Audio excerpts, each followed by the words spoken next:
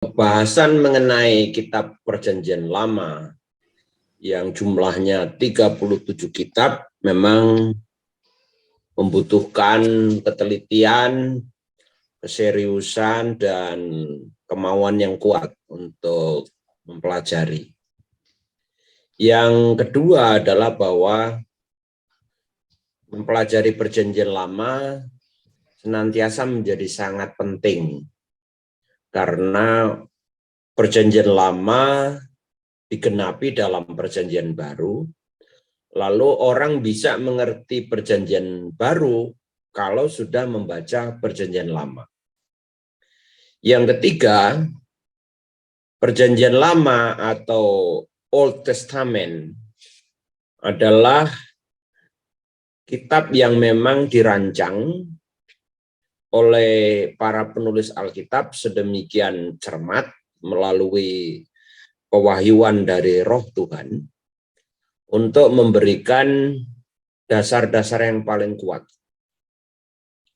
Dan Perjanjian Lama yang terdiri dari 37 kitab itu, daftar nama-nama kitabnya ada di halaman pertama Alkitab kita. Silahkan Maleaki. Ya, kita hafal terlebih dahulu atau kita coba nyanyikan Kejadian sampai Maleaki ya. Ya, teman-teman mudah-mudahan masih ingat dengan perjumpaan awal kita belajar urutan nama-nama kitab. Kita hari ini melihat urutan di Alkitab masing-masing. Sampai Maleaki. Ya. Sudah ketemu semua ya? Oke, saya coba nyanyikan, teman-teman simak. Kalau ada yang salah, boleh protes. Boleh sampaikan ya. Oke. Kejadian, Keluaran, Imamat dan Bilangan, Ulangan, Yosua, Hakim-Hakim, Kitab Rut dan Samuel, Raja-Raja, Tawarik, Esra, Nehemia, Ester, Ayub dan Mazmur, Amsal, Sulaiman, Pengkhotbah, dan kitab Kidung Agung,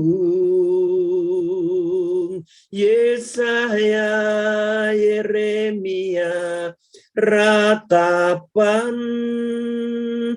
Yehezkiel, Daniel, Hosea dan Yoel, Amos dan Obadjah, Yunus dan Mika, Nahum dan Habakuk, Sefanya, Hagai, Syakaria, Maleaki.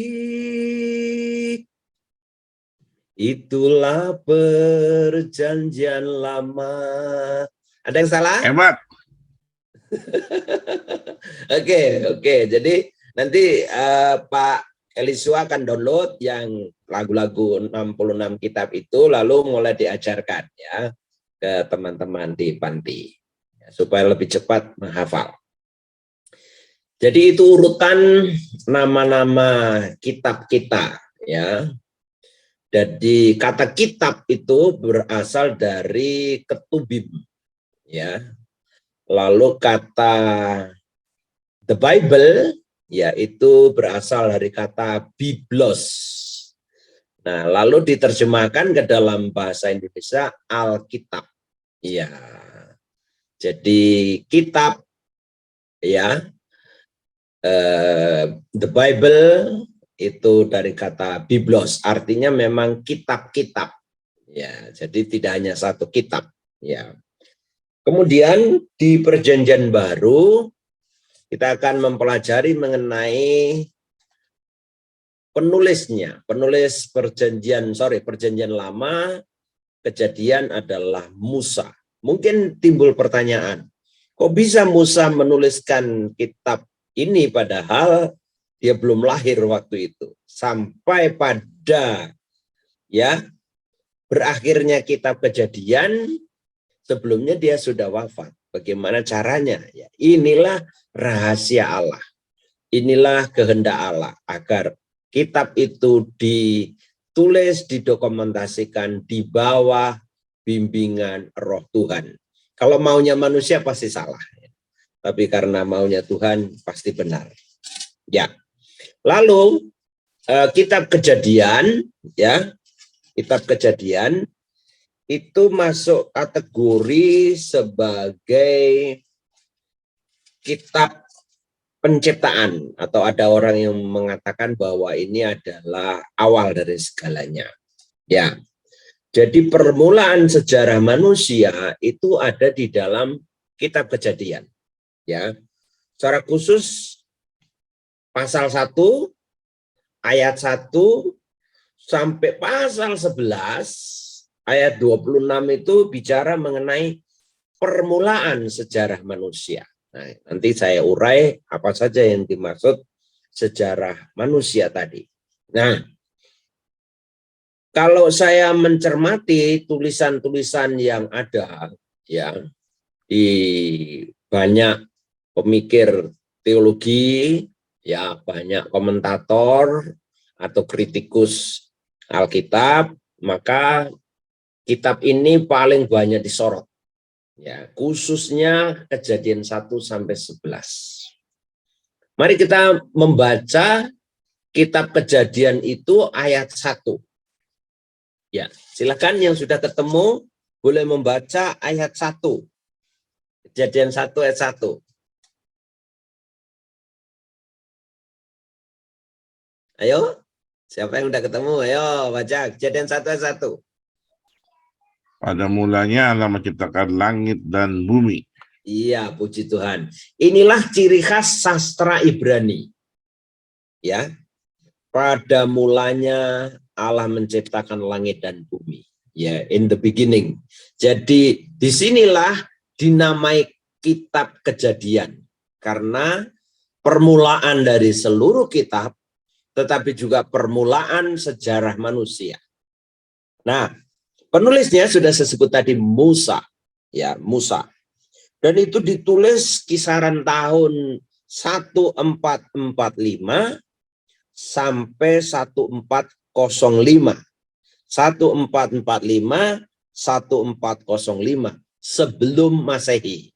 Ya, mengapa disebut sebelum Masehi? Karena sebelum Kristus. Ya, dan kita tahu bahwa kitab Kejadian, ya, kitab Kejadian ini adalah judul kita. Ya. Di dalam bahasa Ibrani diambil dari kata pertamanya tadi. Pada mulanya. Pada mulanya. Nah, pada mulanya itu dalam bahasa Ibrani Berisit. Ya, Berisit. Dan nama Kejadian adalah terjemahan judul bahasa Ibrani ke bahasa Yunani, yang artinya asal mula, sumber penciptaan atau awal dari sesuatu. Jadi kitab Kejadian adalah in the beginning, Berisit, awal segala sesuatu. Nah, teman-teman yang dikasihi oleh Tuhan, kitab ini, ya, di awal segala sesuatu ini, ya, punya tujuan. Ya, punya tujuan. Alkitab ini punya tujuan. Tujuannya apa? Tujuannya ialah agar manusia mengenal penciptanya. Itu yang pertama. Yang kedua, manusia mengenal dirinya. Yang ketiga, manusia mengenal lingkungannya. Yang keempat, manusia mengenal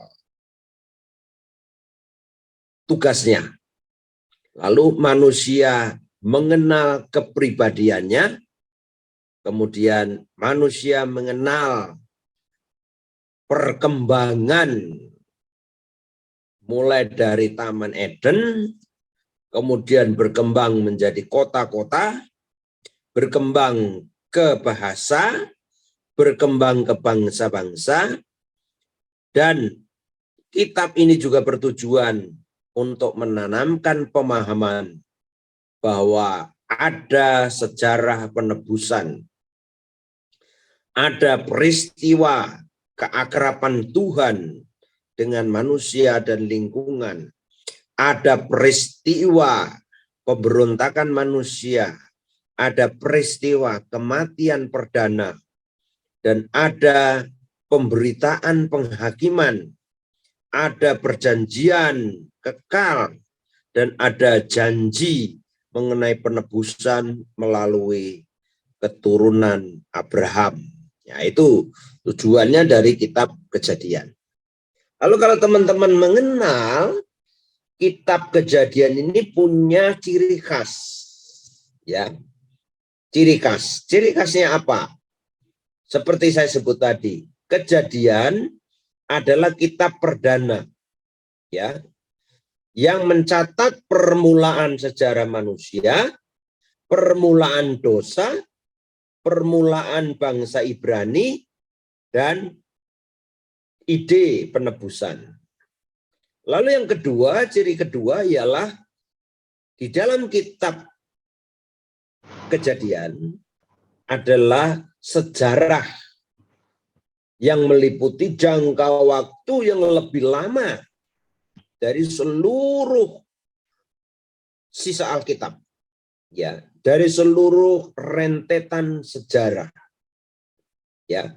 Dan kita tahu bahwa kitab ini kemudian mendapatkan penggenapan dan pemenuhannya dalam Perjanjian Baru. Dan kita tahu sekarang bahwa justru di kitab Kejadian ini kita menemukan mutiara-mutiara yang sangat penting berkenaan dengan pertama Tuhan, kedua semesta alam, ketiga manusia, keempat lingkungan, yang kelima sejarah. Nah, teman-teman yang dikasihi oleh Tuhan, Alkitab mengatakan pada mulanya Allah menciptakan. Wah, ini beda sekali dengan ilmu pengetahuan ya. Kalau ilmu pengetahuan bicara mengenai pertanyaan. Ya. Kalau Alkitab memulai dari pernyataan, itu beda. Jadi kalau ilmu pengetahuan memulainya dengan question, pertanyaan, Alkitab memulainya dengan statement, pernyataan. Pada mulanya Allah menciptakan langit dan bumi. Lalu penjelasannya ada di ayat-ayat selanjutnya. Orang yang tidak paham sastra Ibrani, ia akan melakukan kritik dari berbagai sudut, lalu mempersalahkan Tuhan, mempersalahkan pencipta, dan membangun aneka teori tentang kejadian alam, kejadian manusia, dan segala isinya di bumi ini, lalu manusia pada akhirnya salah paham. Nah, teman-teman, saya ingin membandingkan apakah yang dibuat penelitian oleh Charles Robert Darwin itu benar. Ya, saya akan membandingkan. Lalu pelajaran mengenai teori evolusi sudah begitu lama dikenal di sekolah-sekolah sampai di perguruan tinggi ya. Bahkan kita tahu bahwa Charles Robert Darwin sendiri ya mendapatkan penghormatan dengan dimakamkan di Abbey Westminster di Inggris. Ya. Nah, tetapi kalau kita perhatikan teorinya, ya, supaya tidak terlalu rumit, yang pertama dia mendasarkan pada keinginannya yang kuat, ya, untuk meneliti alam yang ada hubungannya dengan biologi, yang ada hubungannya dengan geologi. Geologi itu ilmu batu-batuan. Kemudian dia pernah melakukan penelitian yang cukup lama di Kepulauan Galapagos. Kemudian dia sempat ingin belajar Alkitab atau teologi, dan memang dia meraih gelar MA dari situ. Tetapi ketertarikan yang jauh lebih besar adalah pada biologi dan lingkungan. Nah, kemudian dari apa yang dia himpun khususnya mengenai geologi dan fosil, lalu dia mulai membuat apa yang disebut rekonstruksi. Rekonstruksi adalah suatu bangunan rekayasa, ya, supaya orang memahami, mengerti bahwa apa yang diteorikan itu benar adanya. Oke. Nah, hari ini saya ingin memberi catatan yang benar yang mana ya? Penciptaan atau teori evolusi. Ya. Alkitab mengatakan pada mulanya Allah menciptakan langit dan bumi. Ya. Dari sini saja yang pertama Allah itu ada. Sedangkan Charles Robert Darwin itu tidak percaya Allah ada. Ya, 21 tahun sebelum dia meninggal, dia menulis satu surat ya yang sangat pendek ya. Suratnya sangat pendek dalam bahasa Inggris ya. Dan suratnya itu sangat private ya. Jadi sangat pribadi ya. Itu tahun 1880 ya. Ya. Dia tulis, saya terjemahkan dalam bahasa Indonesia. Dear Sir, saya menyesal memberitahu Anda bahwa saya tidak percaya pada Alkitab sebagai wahyu Tuhan. Dan oleh karena itu tidak juga dalam Yesus Kristus anak Tuhan. Salam hormat. Charles Darwin. Nah, teman-teman, sangat disayangkan ya bahwa dia seorang yang terpandang, seorang ilmuwan, tetapi tidak percaya pewahyuan, tidak percaya Alkitab sebagai wahyu Tuhan.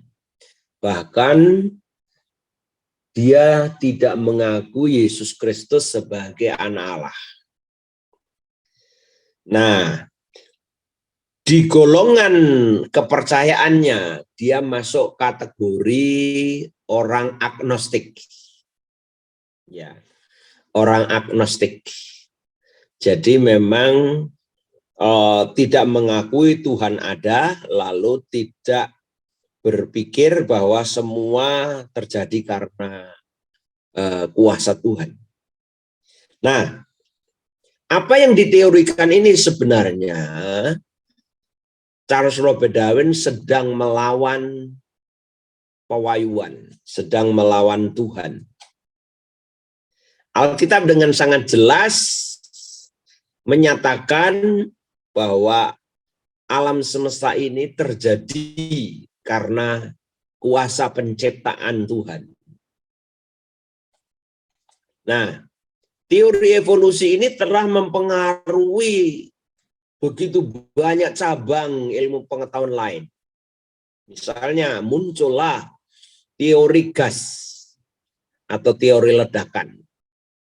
Semesta alam ini terjadi karena ledakan. Jadi ada ledakan yang sangat besar, lalu serpian-serpian itu menjadi matahari, menjadi bintang, menjadi galaksi Bima Sakti, dan menjadi bagian-bagian yang lain, planet-planet lain. Nah, teori seperti ini tidak punya dasar. Mengapa? Karena ini asumsi, sebuah teori.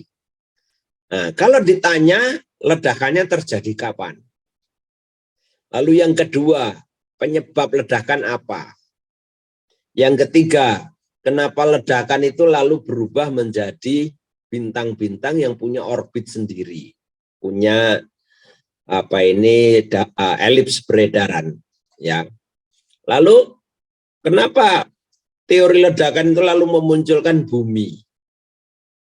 Nah, apakah dalam ledakan tadi akan terbentuk ikan, terbentuk laut, terbentuk darat, terbentuk oksigen, terbentuk pohon-pohon, dan aneka mineral yang ada di muka bumi, di dalam bumi? di dalam laut, di bawah air, dan seterusnya. Apakah seperti itu? Nah, teori ini jelas kena pengaruh ya oleh teori perkembangan, ya, teori evolusi. Lalu Charles Robert Darwin melakukan penelitian bahwa pada binatang, bahkan pada manusia, ada perubahan. Nah, perubahan-perubahan itu bukan hanya struktur, bukan hanya bentuk, tetapi juga perubahan kebiasaan atau habit. Nah, teman-teman, kita perhatikan bahwa evolusi itu memang menurut Darwin perubahan. Di dalam perubahan ada pertumbuhan, ada perkembangan. Lalu secara berangsur-angsur, perlahan-lahan, sedikit demi sedikit, ya, namun pasti, maka evolusi itu nanti akan ada pada bidang tumbuhan, ya, evolusi pada hewan, dan seterusnya. Bahkan evolusi pada manusia. Nah, penemuan-penemuan dia dan penelitiannya terhadap fosil, terhadap rangka manusia, rangka binatang, tengkorak manusia, tengkorak binatang, lalu direkonstruksi namanya, ya, direkonstruksi, ya. Pak Eli bisa cari di situ teori evolusi Pak Eli, gambar monyet mulai sempurna begitu ya, ya, sampai bisa berdiri. Nah, teman-teman, apakah perubahan tadi lalu membuat suatu itu menjadi semakin sempurna, ya? Ya. Apakah evolusi terjadi dan perbedaan-perbedaan yang terwariskan ini menjadi lebih umum, langka pada suatu kelompok makhluk hidup atau populasi, dan apa yang mendorong evolusi terjadi? Menurut Darwin adalah seleksi alam, ya. Dan pola pikir itu akhirnya teori dia tentang manusia, ya. Charles mengatakan bahwa, ya, dia menganggap bahwa manusia itu berevolusi dari monyet, ya. Teori ini meneliti perubahan struktur anatomi dari kera, ya, monyet, kemudian menjadi manusia. Dan ini terang-terangan ditulis dalam bukunya yang berbahasa Inggris, ya, yang berjudul On the Origin of Species, ya, On the Origin of Species. Nah, tulisan ini didorong oleh temannya untuk menulis karena dia termasuk ragu pertama kali mau menulis, ya. Kemudian teman-teman, sekarang saya ingin mengajukan pertanyaan. Tolong teman-teman bantu berpikir dan menjawab. Benarkah nenek moyang kita itu dari kera atau monyet?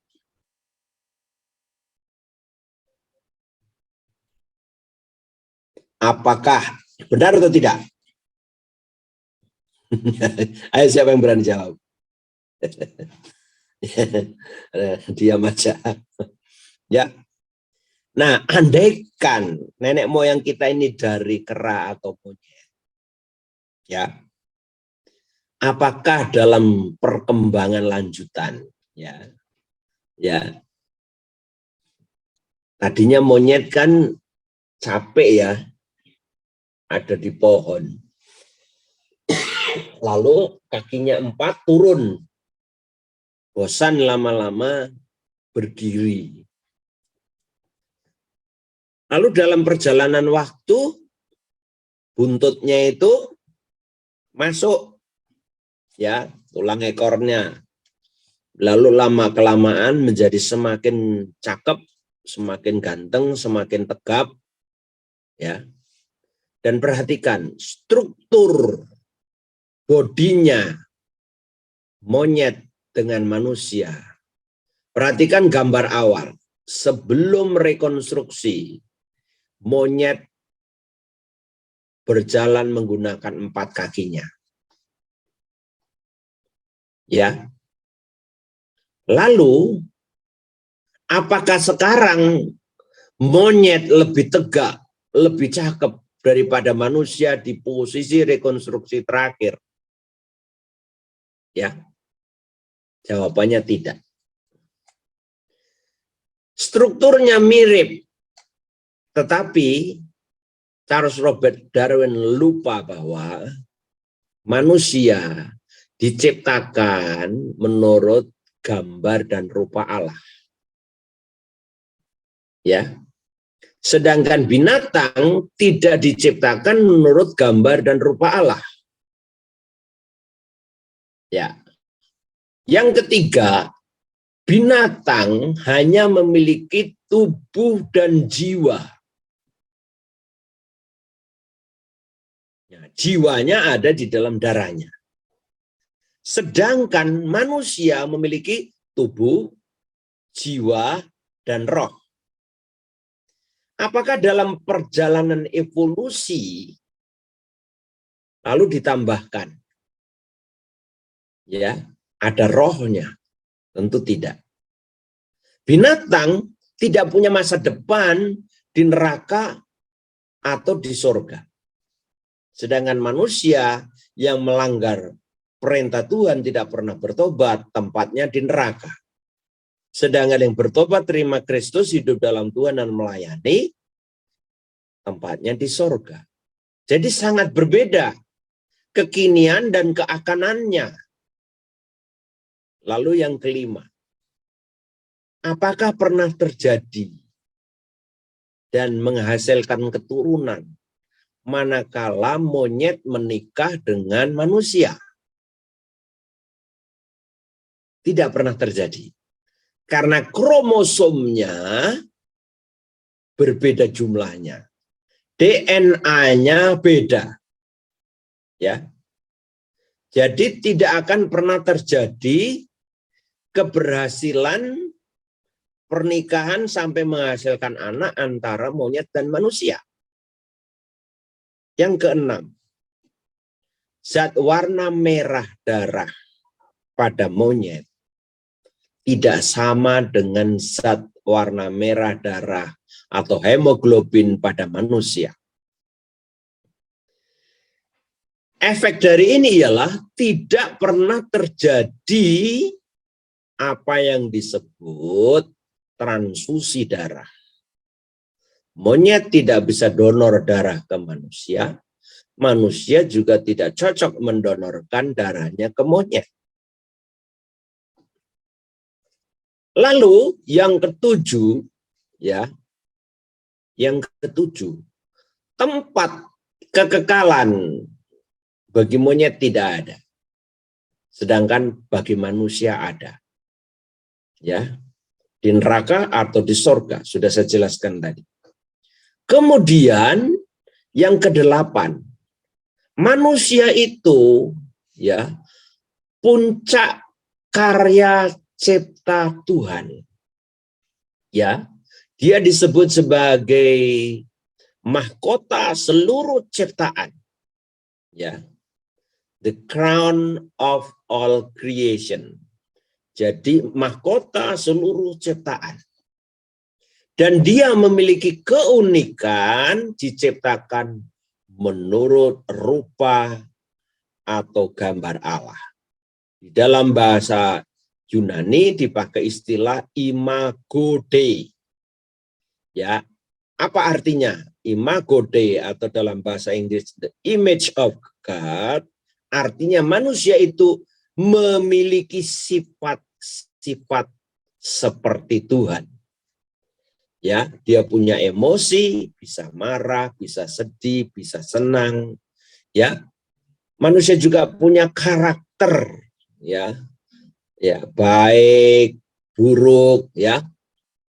Manusia juga memiliki integritas, ya. Bisa punya komitmen, bisa punya kemauan, kehendak. Lalu manusia juga memiliki penugasan yang berbeda dari binatang pada umumnya.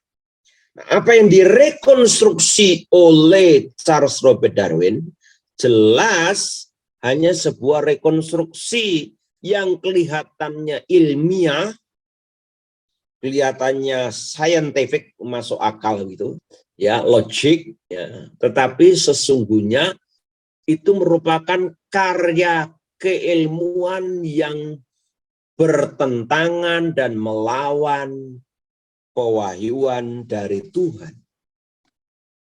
Nah, hati-hati dengan sebuah karya keilmuan yang sesungguhnya melawan Tuhan. Dan teori yang dibangun oleh Charles Robert Darwin memang berbasis pengetahuan biologi. Dan dia punya alasan bahwa Alkitab itu bukan buku ilmiah. Nah, timbul pertanyaan sekarang, apakah buku ilmiah bisa menyaingi Alkitab? Apakah pewahyuan dari Tuhan lebih rendah nilainya ketimbang buku ilmiah? Lalu apa yang disebut ilmiah itu lalu boleh menginjak-injak kewenangan dan kuasa Tuhan? Lalu apakah manusia berdosa itu dalam penemuannya, dalam keilmuannya tidak disertai batasan atau keterbatasan pemahaman? Lalu apa haknya seorang ilmuwan mengkritisi atau mengkritik Alkitab? Boleh saja mengkritik, tetapi tidak akan pernah menang. Karena posisi wahyu firman Tuhan jauh lebih unggul daripada apapun yang manusia miliki. Nah, teman-teman yang dikasihi oleh Tuhan, kemudian apakah Charles Robert Darwin bisa menjelaskan secara detail ya mengenai manusia dan kaum? Tidak bisa. Dari 7 atau 8 hipotesa yang saya sampaikan tadi, tidak ada satupun yang bisa dijawab sebenarnya oleh teori Charles Robert Darwin. Ya, karena toh, ya saya tambahkan lagi, kromosomnya manusia tidak sama jumlahnya dengan kromosomnya monyet. Dan ketika dia berteori bahwa ada satu sel moluka, lalu berkembang menjadi banyak sel, lalu ada mata rantai yang putus, the missing link, lalu tiba-tiba monyet tiba-tiba jadi manusia. Itu memakan waktu berapa ratus tahun? Tidak bisa dijawab. Tuhan mengatakan, kun fayakun, jadilah, maka semuanya jadi. Di tangan Tuhan, dia menciptakan manusia yang adalah puncak karya cipta Allah. Lalu ketika Darwin mengatakan dan membuat teori bahwa manusia berasal dari kera, apakah itu karena manusia mirip kera?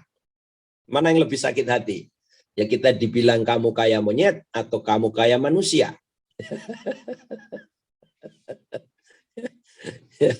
Saya enggak usah sakit hati, saya sia kalau dibilang monyet. Ya, Charles Robert Darwin hanya ingin berpikir bahwa oh dia mirip, kemiripan itu lantas direkonstruksi, ditata kelola, disusun, ilmiah, yang manipulasi lalu disebut ilmiah. Siapa yang bodoh, siapa yang pintar, ya kan? Nah, teman-teman yang dikasihi oleh Tuhan, apakah Charles Robert Darwin bisa menjelaskan bahwa hari pertama itu terang, hari kedua cakrawala, hari ketiga dataran tanah kering, hari yang keempat benda-benda penerang, hari yang kelima ikan-ikan dan burung-burung, hari keenam hewan dan manusia, lalu hari ketujuh adalah Sabat, hari perhentian. Saya juga telah membaca satu buku yang mengkritisi mengenai Alkitab dan penciptaan serta keilmiahan. Itu ada di seorang doktor yang bernama Maurice Bucaille, ya. Aslinya dalam bahasa Prancis, ya. Judulnya yang asli itu La Bible, Le Corane et la Science. Ya. Jadi itu sudah ada di sini bukunya. Nah, Maurice Bucaille. Nah, saya baca di dalamnya sangat mengkritik habis-habisan Alkitab. lalu tidak cocok dengan sains katanya kitab. Yang lebih cocok dengan sains dan ilmu modern adalah Al-Quran. Wah, ini bisa dibahas panjang. Ya. Tapi saya ingin katakan itu buku sampah. Buku yang berangkat dari ketidaksenangan terhadap Tuhan, pewahyuan, dan firman. Ya. Nah, teman-teman yang dikasih oleh Tuhan, apa yang dinyatakan oleh Charles Darwin, ya, bahwa manusia berevolusi. Evolusi yang dimaksud di sini tidak sampai evolusi yang sempurna kalau menurut saya. Evolusi atau perubahan bentuk, ya, perubahan habitat atau kelakuan, oke lah, ya, di sana bisa diterima. Tetapi yang saya jelaskan tadi dengan 7 atau 8 hipotesa tidak bisa. Masa dalam evolusi monyet bisa ditambahkan rohnya? Kalau begitu lama-lama monyet sekolah minggu. Monyet bisa bertobat. Lalu monyet bisa mendonorkan darahnya dan monyet kawin sama manusia dan menghasilkan keturunan. Bukankah kalau kita melarang nanti kalau kita sampai di kitab Imamat, manusia tidak boleh ya bersahabat, berkawan, ya, bahkan bersetubuh dengan binatang. Itu larangan keras dalam Alkitab. Sudah pernah terjadi di Afrika, ya, dan virus itu pelanggaran terhadap Alkitab, perintah Tuhan mengakibatkan masalah. Ya. Nah, kitab Kejadian ini bicara sesuatu yang sangat mendasar.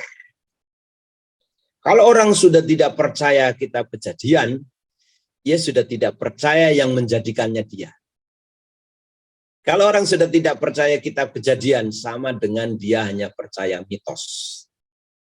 Maka orang-orang yang membandingkan kitab Kejadian dengan begitu banyak teori, pada akhirnya kejeblos sendiri dengan lubang yang dibuatnya.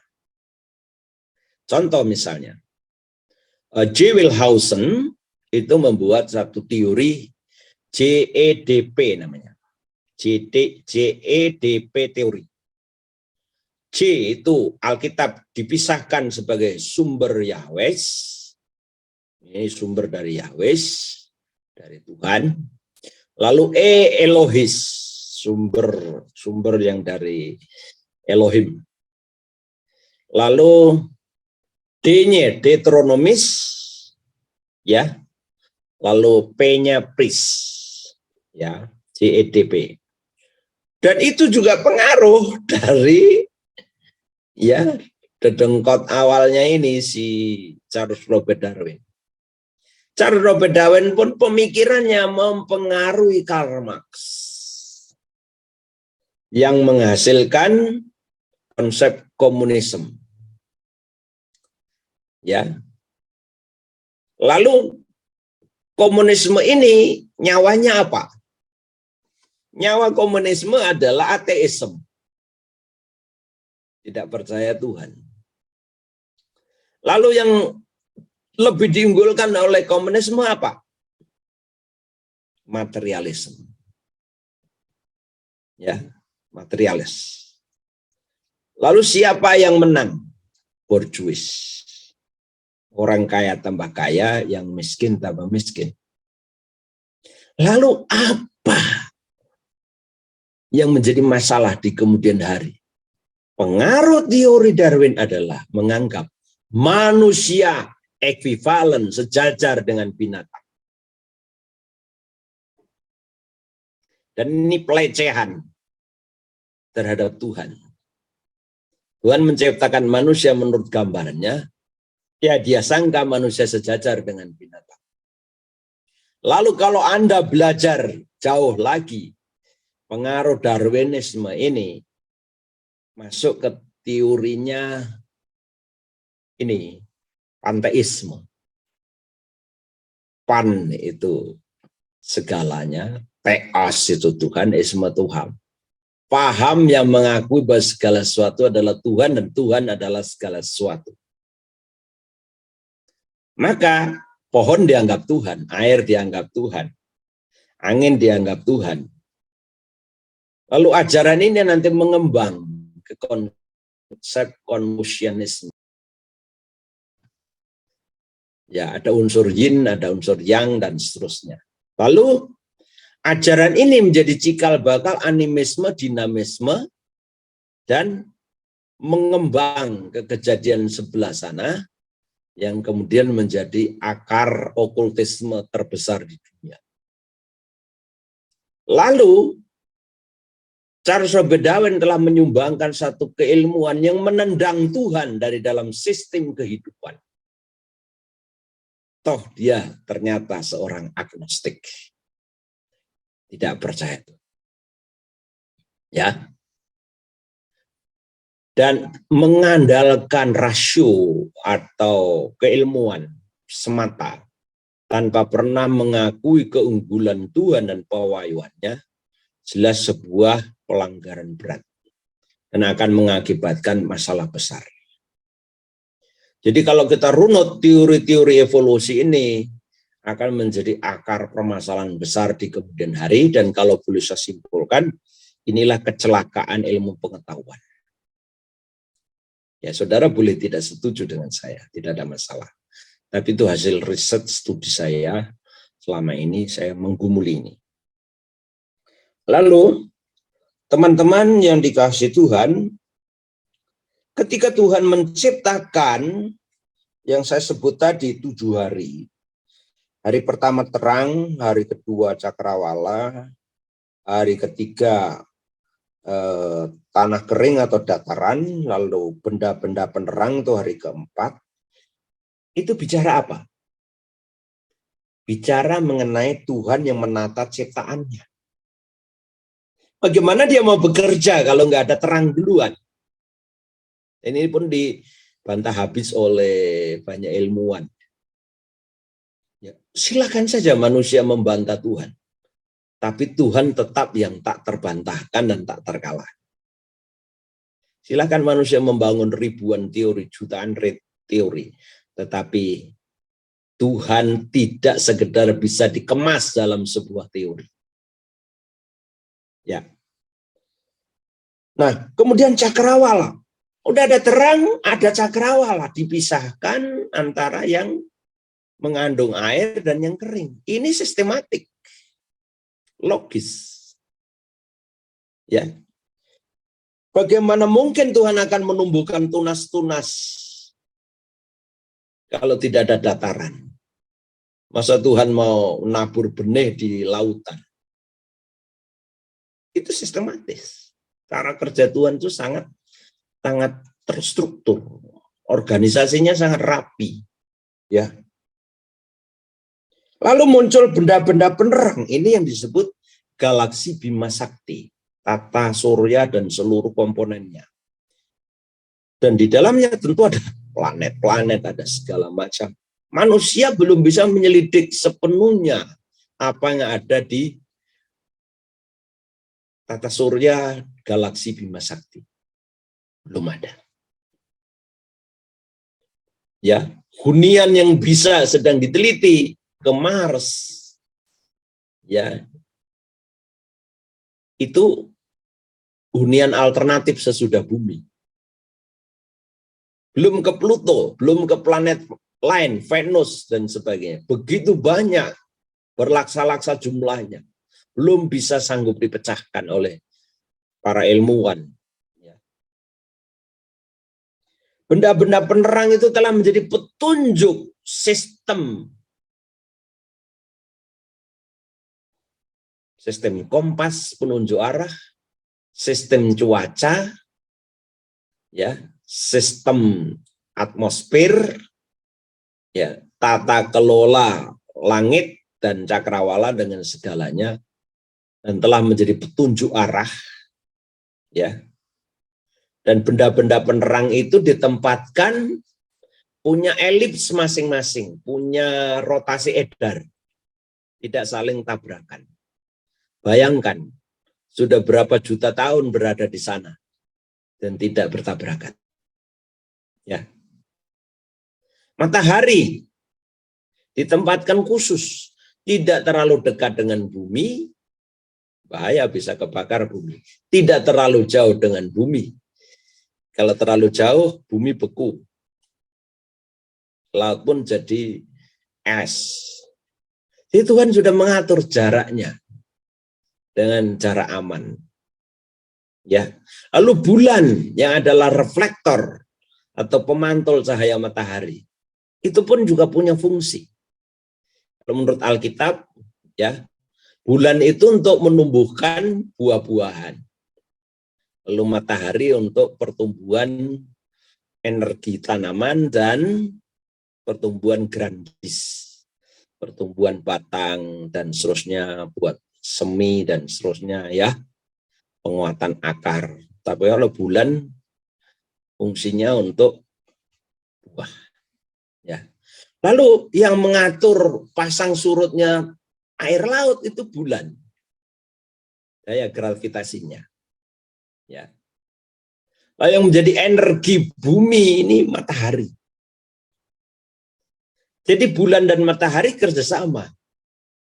Karena mereka tahu diri bahwa mereka diciptakan Tuhan.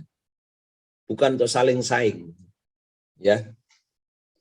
Lalu ketika sudah rapi, tanah kering dipisahkan dengan lautan dan air, mata air. Lalu Tuhan baru mengirim ikan. Ya. Dan danau, sungai, laut adalah kolam terbesar di dunia. Dengan segala macam nutrisinya. Ada EPA, DHA, ada berbagai macam. Lalu biota laut dengan aneka ragamnya. Itu adalah kekayaan hayati dan menjadi sumber nutrisi tak terhabiskan yang disediakan Tuhan untuk manusia di seluruh jagat raya.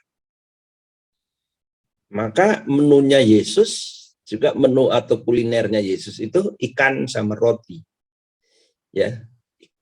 Ikan panggang, roti panggang. Rotinya pun roti jelai, ya, bukan roti yang serba putih kayak sekarang ini, tambah putih tambah bahaya. Putihnya banyak. Ya. Nanti mungkin suatu saat kita akan membahas makanan dalam perspektif Alkitab. Lalu burung-burung di udara, berapa jenis? Ikan pun berapa jenis? Lalu tidak terhitung di dalamnya apa saja yang di dalam laut, apa saja yang di dalam danau, apa saja yang ada di sungai. Ya, semua punya keunikan masing-masing, ya, yang menjadi kekayaan yang luar biasa. Lalu hewan dan manusia di hari ke-6, ya. Hewan diciptakan duluan, ya, tapi catatannya mereka dari debu. Manusia juga dari debu. Hanya hewan tidak diciptakan menurut gambar dan rupa Tuhan. Hanya manusia. Maka yang menjadi agen perubahan bagi dunia ini adalah manusia, bukan hewan. Hewan diciptakan untuk alat kelengkapan manusia dan bukan terbalik. Ya. Maka saya katakan tadi dalam bahasa teologi, ya, manusia itu puncak karya cipta Allah yang tertinggi. Ya. Mahkota seluruh ciptaan. Karena diciptakan dengan sangat khusus. Dan yang Tuhan ciptakan adalah laki-laki dan perempuan. Tidak ada jenis kelamin alternatif. Ya. Jadi identitasnya jelas. Seksual identity-nya jelas, ya, laki-laki dan perempuan. Dan itu berarti bahwa Tuhan hanya menghendaki perkawinan kudus yang heteroseksual, bukan yang homoseksual. Ya. Tegas dari awal. Pasangan pertama Adam dan Hawa dalam kitab Kejadian pasal 3 adalah pasangan perdana. Dan yang dibangun rumah tangga itu oleh Tuhan jauh sebelum gereja berdiri. Dan mereka ditempatkan oleh Tuhan dengan fasilitas VVIP. Very, very important person. Di Taman Eden. Ya, atau dalam bahasa lain itu paradise, Dari situ kita kenal kata Firdaus, bahasa Latin paradise, adalah tempat bahagia, tempat yang menyenangkan. Ada 4 sungai di dalam, Efrat, Pison, Gihon, dan Tigris. Dan di dalam sungai-sungai itu ada berbagai jenis batu. Batu akik juga ada di sana ya. Macam-macam ya.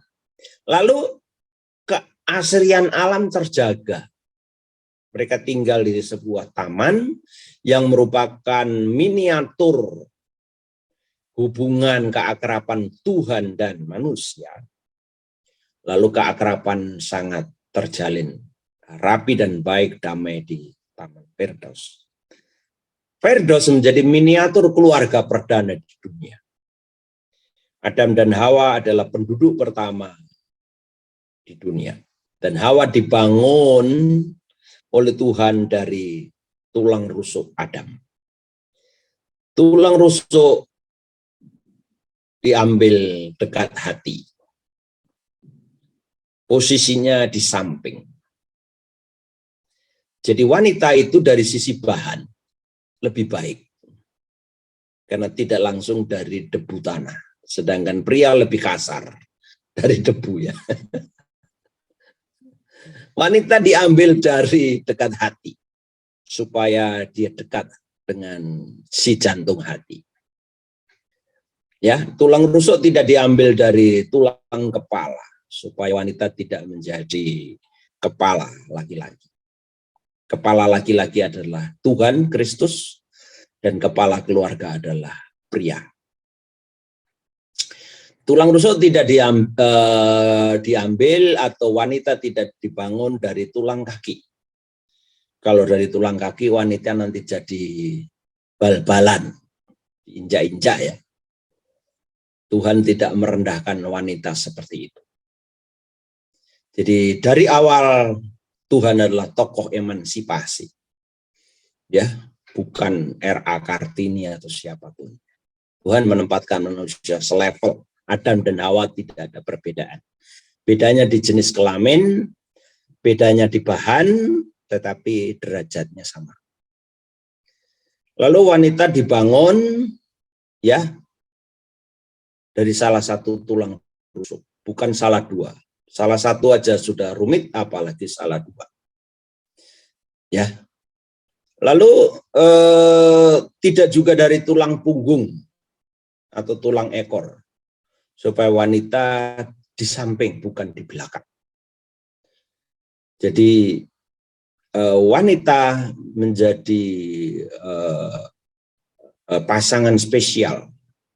Maka cinta Adam kepada Hawa adalah cinta perdana. Mengapa? Inilah tulang dari tulangku dan daging dari daging. Seharusnya suami istri pun berpikirnya begitu. Kalau coba mau KDRT, kekerasan dalam rumah tangga, ingat, dia tulangku, masa aku mau mencederai tulang sendiri. Ingat dia dagingku, kalau saya sakiti dia sebagai dagingku, berarti saya orang yang paling kejam. Nah, lalu di Alkitab Perjanjian Lama kita bertemu dengan pembentukan keluarga perdana.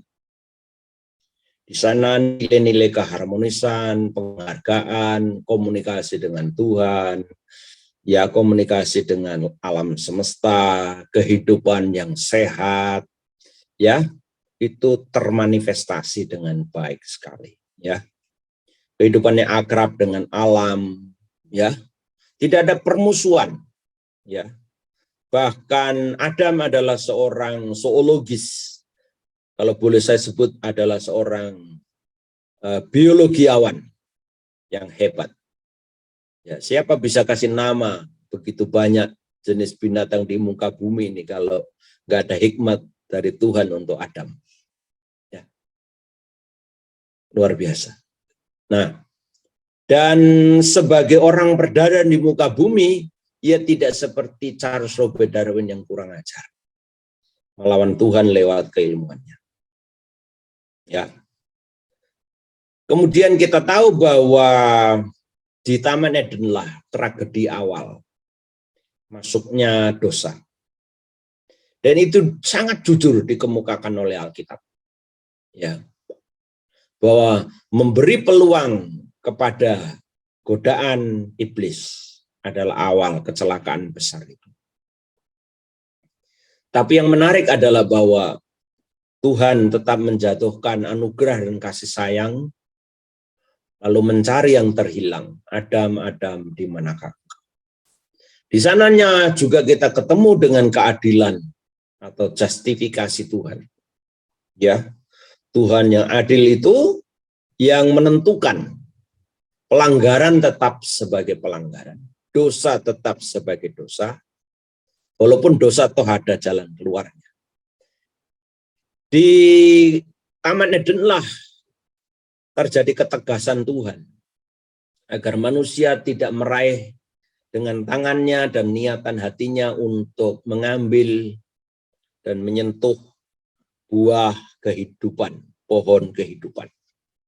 Maka Tuhan usir mereka keluar dari Taman Eden. Dan Tuhan jaga taman itu dengan malaikat yang berkeruk dengan pedang menyala. Lalu mereka dihukum oleh Tuhan menempati tanah perdana mereka sebagai tempat berwirausaha pertama. Sesudah berdosa maksudnya ya, yaitu di tanah Nod. Di tanah Nod mereka berkembang dan seterusnya. Lalu kita tahu bahwa hukuman atas iblis yang bermanifestasi dalam bentuk ular pun dilaksanakan. Di sana pula terjadi perjanjian akan datangnya Mesias, dan kita sebut sebagai Injil tertua, yaitu Kejadian 3 ayat 15. Karena ada permusuhan antara keturunan perempuan ya dan keturunan ular. Ya, keturunan perempuan akan meremukkan kepala keturunan ular. Dan itulah satu garis keakanan yang tegas bahwa kelak kemudian hari akan datang Mesias yang meremukkan kepala ular naga, yaitu iblis. Dan Tuhan menyematkan pakaian baru menggantikan pakaian lama yang dari daun, yaitu dengan pengorbanan binatang. Itu ada di dalam kitab Kejadian. Nah, di sini memberikan penegasan dan garis tegas bahwa dosa hanya akan bisa diselesaikan melalui darah yang tertumpah. Dan itu kelak kemudian hari digenapi di dalam pribadi Yesus Kristus.